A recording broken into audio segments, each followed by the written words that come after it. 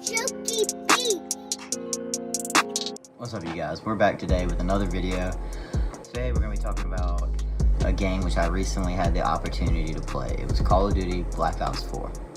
And it's really interesting because this is probably going to be Fortnite's main competition. And as we know, Fortnite has kind of been dominating the video game culture for the past year and a half.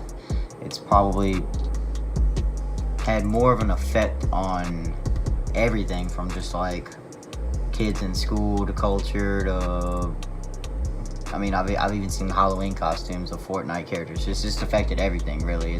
We've seen celebrities play, we've seen it break records on streaming platforms. It's probably broken several records here on YouTube as well. I'm not sure. People just playing it, and professionals even make a great deal of money on it. So today we're going to look at how Black Ops 4 might have an effect on what Epic Games has been able to do with Fortnite. So let's get into it. Watching this, I'm sure you're probably already familiar with Black Ops 4 and what it is and Fortnite. So as you probably know, Black Ops 4 has a Battle Royale mode. I'm not sure what they call it. I think it's Blackout. I'm not positive. Don't quote me there. But anyway, it's similar to the Battle Royale of Fortnite. You're all in a big map.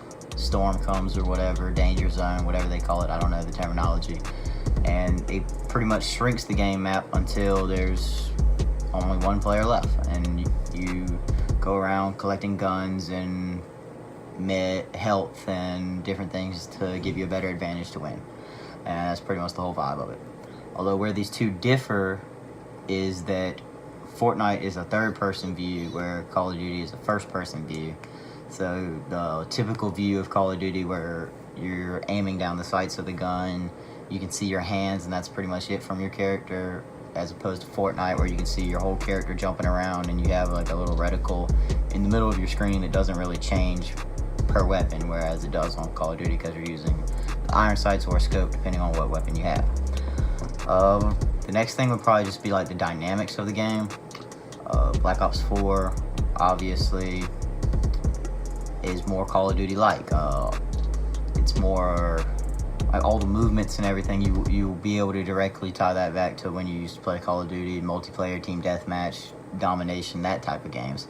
It's just like that, but it's in a Battle Royale mode. If you've heard of PUBG, I'm sure you have, that's also been a big Battle Royale game.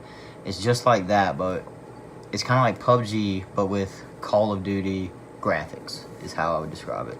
That's pretty much the best way to put it. So really, when it comes down to deciding what game you're going to play, and if getting Call of Duty Black Ops 4 is worth the $60, I think that's what it's cost now. It really comes down to what you prefer. Would you prefer more of a Call of Duty style game and pay $60 for it, or the free Battle Royale of Fortnite, where it's third person, everything's a little more cartoonish, it's not quite as real graphics, but you shouldn't really expect that with a free game, I mean. But this is probably the biggest Battle Royale to come out since Fortnite. PUBG, I mean, it was good, it had its own fan base, but it really couldn't compare to Fortnite in terms of exposure, especially within the media and stuff like that. It'll be interesting to see how this game affects that. It'll be interesting to see what celebrities and stuff endorse this game and have the support of this game. I think one thing to note about Fortnite is that it looked so user-friendly because it was so cartoonish that people who weren't gamers were even playing it. And it really brought gamers back to gaming. Like me and a lot of my friends, we had kind of gotten out of video games for a while. Like, not gotten out of, but we didn't play nearly as much as we used to back in like Call of Duty MW3 days or even Black Ops 2. Since then, we haven't really been playing Call of Duty as much as we used to. But when Fortnite came out, we kind of got back into it. It was fun again, and we had a good time playing with each other. And when we had thought that we no longer had time for video games, we really just weren't making time, and now we were again. We were wasting more time on video games, but that's just part of it when you're doing something that you enjoy.